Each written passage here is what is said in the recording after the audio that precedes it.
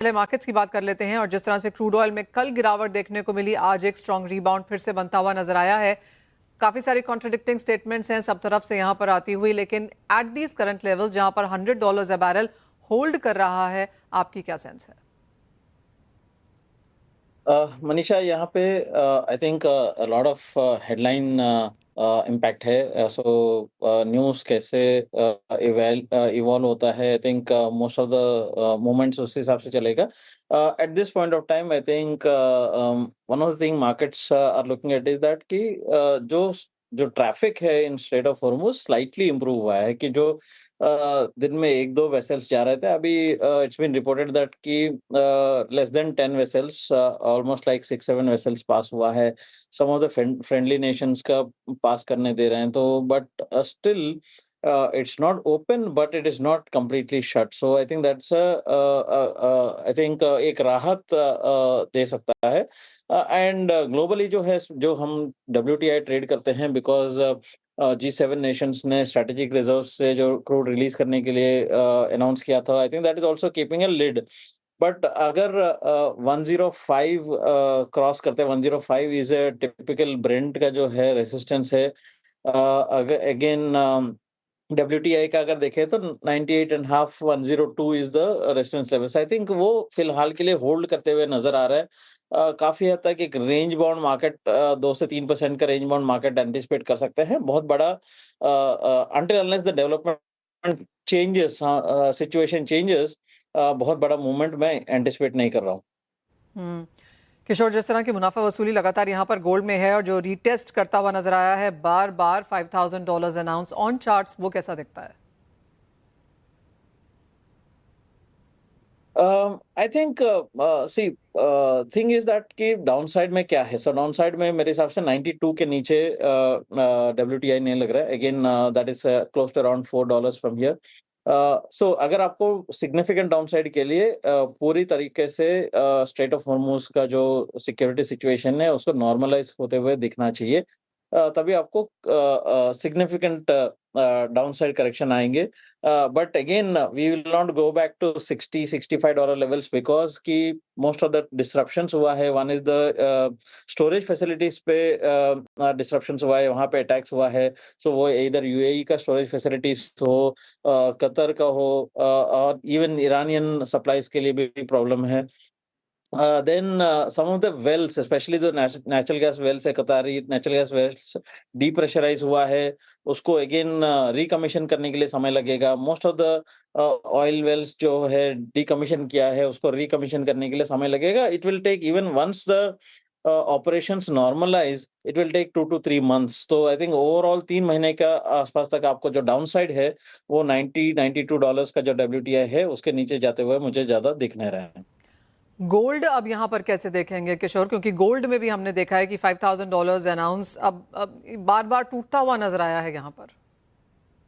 So gold में जो है, it's basically currency play. I think हम लोग पिछले 1-2 साल से हम डिस्कस करते हुए आ रहे हैं कि gold is no more a commodity, ये करेंसी बन चुका है। तो अभी इसको करेंसी जैसा देखना पड़ेगा। सो अभी now as a currency it is pairing with इधर यूरो, और पेयरिंग विद डॉलर, और पेयरिंग विद अदर करेंसीज। आप जो करेंसी में आप इसको मापना चाहते हैं, तो वो करेंसी के हिसाब से। So as of now, if because the price हम जो देख रहे हैं वो डॉलर प्राइस है, इसका मतलब जो है आप जो डॉलर गोल्ड का जो प्राइस है, सो डॉलर इतना शार्पली अप्रिशिएट हुआ है because dollar becomes the immediate safe haven whenever आपको जो शॉर्ट टर्म जो शॉक्स आते हैं, इसको शॉक अब्सॉर्ब करने के लिए most of the fund managers and across the world go back to cash.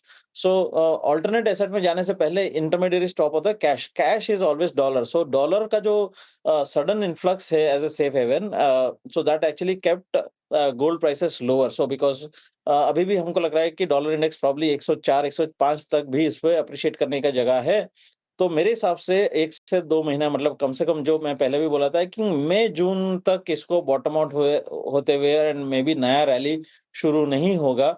Psychological support है अराउंड $5,000 लेवल। इसके नीचे एक्चुअल टेक्निकल सपोर्ट आएगा 4850 के आसपास।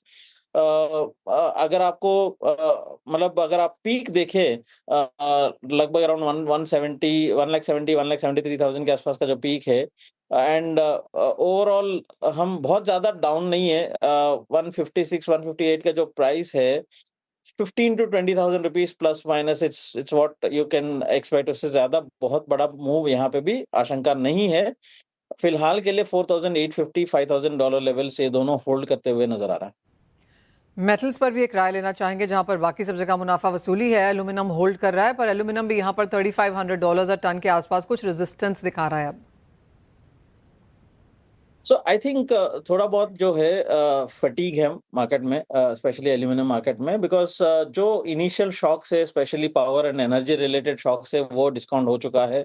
मार्केट अभी वेट कर रहा है कि हालांकि ये जो ऑलमोस्ट अभी 18 दिन हो गया है अगर एक एक महीना और इसके ऊपर अगर जो पर्शियन गल्फ का जो वॉर है वो एक्सटेंड होता है उसका ग्लोबल जीडीपी के ऊपर कितना इम्पैक्ट है। I think yesterday or day before IMF का चीफ इकोनॉमिस्ट भी आके she was telling that रफली अराउंड 60 बिप्स के आसपास का ग्लोबल जीडीपी पे इम्पैक्ट हो सकता है crude oil prices and overall disruption in shipping and trade को लेकर। आई think that actually percolates probably that is something that ki some of the demand is shaven off from the market actually, right? So that actually takes off some of the heat. But अभी भी मुझे लगता है कि aluminium में around 322 Indian markets में 322 half के आसपास यहाँ पे अच्छे खासा सपोर्ट से I will still say that कि बाय ऑन डिप्स का स्ट्रेटजी यूज करना चाहिए। अगर थोड़ा भी अगर शिपिंग रिज्यूम हो जाता है जो पर्क्ड अप डिमांड है जो बैकलॉग है वो क्लियर होने के लिए वापस इसमें अच्छा खासा तेजी आने के लिए चांसेस है। कॉपर में अगर आप देखें तो अराउंड 1130 1150 के आसपास यहाँ पे एक सपोर्ट बनते हुए नजर आ सकता है। Again copper is another buy on dip strategy 1130 1150 के आसपास आप कॉपर खरीद के चल सकते हैं। ऑलराइट।